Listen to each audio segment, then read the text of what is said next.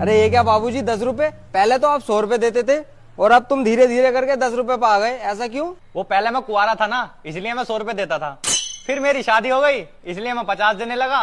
फिर मेरा एक बच्चा हो गया छोटा सा, फिर मैंने 25 कर दिए। अब यार एक और बच्चा हो गया मेरा, इसलिए मैं 10 रुपए देता हूँ। बाबूजी यार तुम्हारा सही है, मतलब मेरी कमाई पे तुम्हारा पूरा परिवार पल लिया है।